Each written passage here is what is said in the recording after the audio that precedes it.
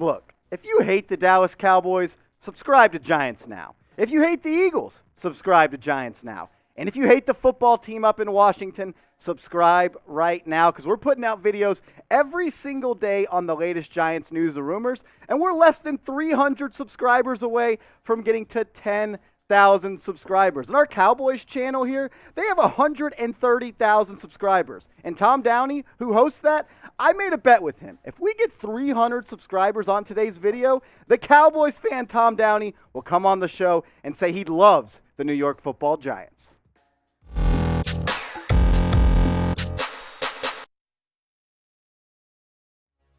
Welcome into New York Giants Now by Chat Sports. I'm your host, Marshall Green. And in today's show, I wanted to take a look at 5 players that are on the Giants' 53-man roster bubble. Guys that have a little bit more to prove, that we haven't seen the most from minicamp and OTAs, but with training camp coming down the line in a couple of weeks, I thought this was a good segment to hit. So the first one, which might be a little bit of a hot take, but he has something to prove, is Ricky Seals-Jones, the veteran tight end that the Giants signed in NFL free agency to a 1-year minimum contract. He's competing in a tight end room where he should be the winner, where he should be tight end 1. But Daniel Bellinger, who was selected in the 2022 NFL draft, has already been turning heads. And in minicamp and OTAs, he's been getting reps with the first team. Now, Brian Daboll calls it a rep chart and not a depth chart, which may mean he just wants to see more from Daniel Bellinger. But when you're Ricky Seals-Jones, someone that's been all over in his NFL career, and he comes to the Giants and is supposed to be tight end number 1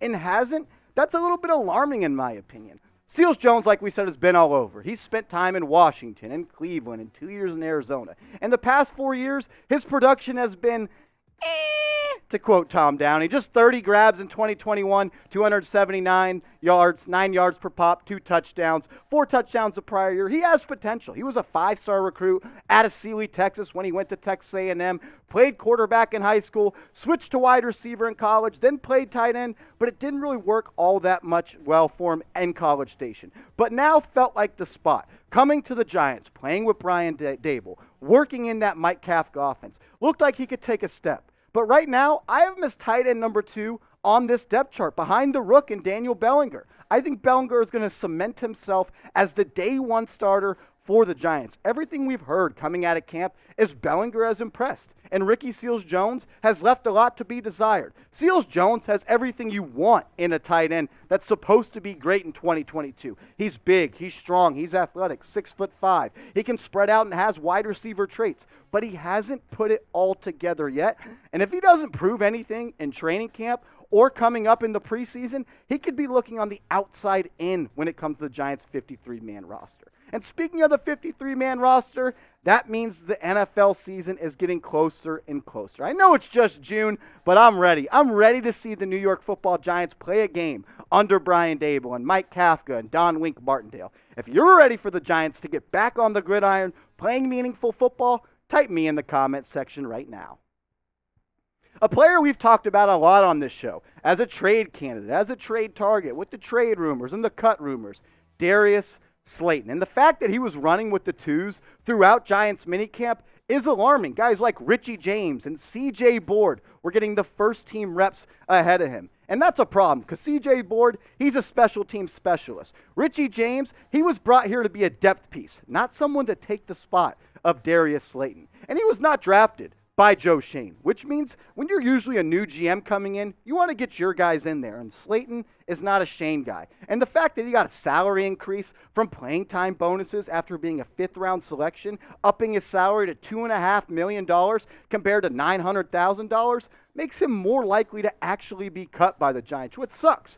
But at the end of the day, it's a business, and if the Giants can save $2.5 million to add some flexibility during the season or roll that over into the 2023 season, that's a good move for the Giants. And it sucks for Slayton because when he came into the NFL as a rookie, he exceeded all expectations. Played 14 games, had 48 receptions, 740 yards, 8 touchdowns in his rookie year, and only 2 drops. But then he was bit by the drop bug. Had 12 drops over the next 2 seasons, just 50 grabs in 2020, and then 26 grabs where he saw his production and playing time take a steep dive. I like Slayton. but he's a one-trick pony at this point. All he can do is run a vertical route. He doesn't really have a full route tree to offer. He can't get on the end of the slot and win with quickness. He has to be on the outside where he can just run by somebody, like he did in week 2 last year against the Washington football team, but he dropped the game-winning touchdown. That's what it is with Slayton. The drops are starting to outweigh the production that he brings. And when you look at this wide receiver depth chart, it's going to be tough to make the roster because you know Galladay, Shepard, Tony, and Robinson, they're going to be there. CJ Board, he's going to be there too because he's a special team specialist. I really think that 6 wide receiver spot is going to come down to Darius Slayton versus Richie James. And Brian Daboll has already gone out and spoken how much he's been impressed by a guy like Richie James throughout this summer. He offers a different skill set than Slayton. If you've been paying attention, this new Giants regime, they like the receivers that are shorter, smaller, but quicker and faster, and that's not Darius Slayton. Richie James is also going to give you some help in the special teams game as a return specialist. Darius Slayton, he's not. He's not anyone that can offer you as a punt gunner or on kickoff. He is a one-trick pony. All he can do is really run a deep route. But at the end of the day, if you're not going to catch the ball consistently, you're going to be looking to sign with another team or any team because you're going to be out of the NFL sooner than you'd like. But I'll ask this question, then we'll continue on with some other players on the bubble list. Who do you want on the roster? If you could only pick one of these guys to make the final roster for the Giants, who would it be? Type DS for Darius Slayton or RJ for Richie James. What about Gary Brightwell, a second-year player that was drafted by Dave Gettleman back in 2021 in the 5th round? And I have him on the bubble because he didn't do anything his rookie year. Had 0 carries, had 1 catch, had some special teams value, not as a returner, but as a gunner and on kickoff. That's where he saw his snaps in the 2021 and 2022 season. But UDFA, Schoen Corbin out of Florida State, has already impressed in rookie minicamp as well as OTAs. Brian Daboll spoke about him and said he's loved the quickness and the energy he brings to this running back depth chart. And the fact that Antonio Williams, someone that spent time with Brian Daboll, and Joe Shane in Buffalo, he's a fan favorite of them. He was there at Giants rookie minicamp trying to get on this roster, doing everything he can. I really only see the Giants keeping 4 backs this year. Saquon Barkley, Matt Breida, Schoen Corbin, and Antonio Williams. And Williams may be a guy that goes back and forth between the practice squad. But Gary Brightwell, after not doing anything in his rookie year and not really cementing himself as a pivotal piece on this roster, in my opinion, may be a guy, unless he pops in training camp coming up or the preseason, most likely, in my opinion, will not make this roster. We'll get to more bubble candidates in a second, but first, I want to make sure you guys are following us over on Rumble, a very similar app to YouTube. We're putting out Giants content every single day, except it's uncensored and a little bit more edgy. And the thing about me, like a lot of other Giants fans and New Yorkers I know, we're really competitive. And I love the fact that we're making the Cowboys Report look very silly with over 1,000 more subscribers than them, as I get the bird from Tom Downey. But I want to catch up to the Browns Report. So if you love Giants content every single day, go follow us, rumble.com/NYGiantsTV. I'll have the link to that in the comments section and description of this video. What about Carter Coughlin? Someone that really hasn't been able to find his groove in the National Football League. He's the ultimate tweener, and not the good kind of tweener. He had to switch from outside linebacker to middle linebacker this past year because he's that tweener where you're not really good enough at any one thing, so you try a whole bunch of different things. He's extremely fast, but didn't have the edge rusher moves to be a great pass rusher. He's not good in coverage, and that's what is holding him back as a middle linebacker. And when you go out and draft Micah McFadden and Darian Beavers in the NFL draft this year, 2 guys that played the position of Carter Coughlin, he could be on the outside looking in when it comes to this final roster. He really hasn't done anything in the 21 games played in his young NFL career to say, I deserve to be on this roster. That's a great picture right here of sacking Russell Wilson, but only 23 tackles, 2 tackles for loss, and 2 QB hits. I like the idea of Carter Coughlin more than I actually like the player because he's really athletic. He's really fast. He works hard. He wants to be a Giant, but talent trumps all. And I'm not sure he actually has enough talent to be a consistent piece on this team and on the roster moving forward, especially when you look at this inside linebacker depth chart. Martinez and Crowder, they're not going anywhere. Darian Beavers, he was just selected in the 6th round, and according to all reports, he's looked really good. Micah McFadden is pretty much Carter Coughlin, but reincarnated. And I think it sucks for Coughlin because when you're an edge rusher, an inside linebacker that offers versatility like he does when it comes to getting after the passer, and you have Wink Martindale coming over, you feel like as a player, this is the defensive coordinator I need to take my game to the next level. I'm just not even really sure if he's going to have a chance to do that this upcoming season. But another inside linebacker that might be on the bubble as well is Cameron Brown, the second-year player. Do you think will make the roster? I would predict Cameron Brown because he offers more special teams versatility, but this is the point of the show where I want you to weigh in. Let me know. I'll be down in the comment section checking out your answers. Pick one to make the roster. Type CB for Cameron Brown or CC for Carter Coughlin.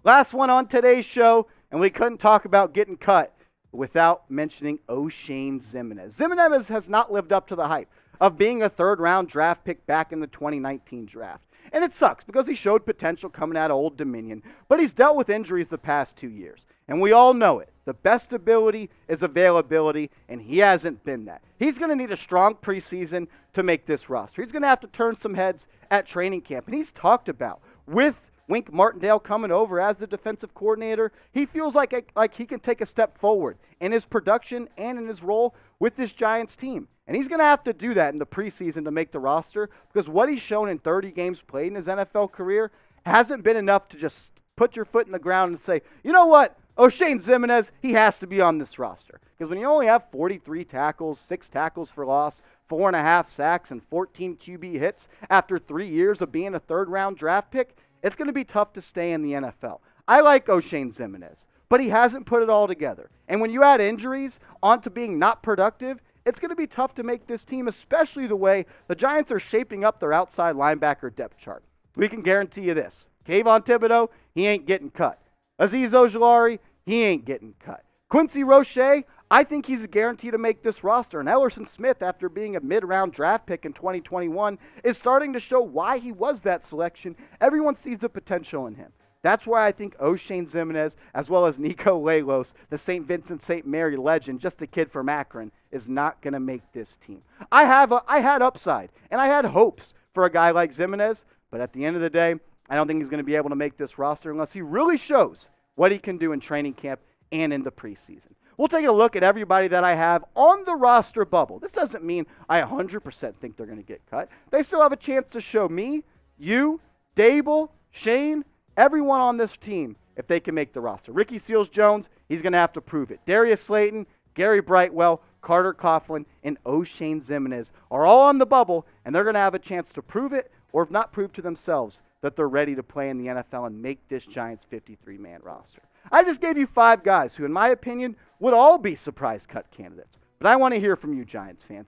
Give me one guy. You can name one of the 5 guys I talked about, but maybe go outside the box. Try to stump me. Give me a guy, a surprise cut candidate for the New York Giants this year. I appreciate everybody that's made New York Giants Now a part of their day today. If you made it this far in the video, you're a real one. So let me know in the comments section. If you made it this far, type real one in the comments so I can, separate the real ones from the fakers. But if you made it this far for real, type real one in the comments section right now.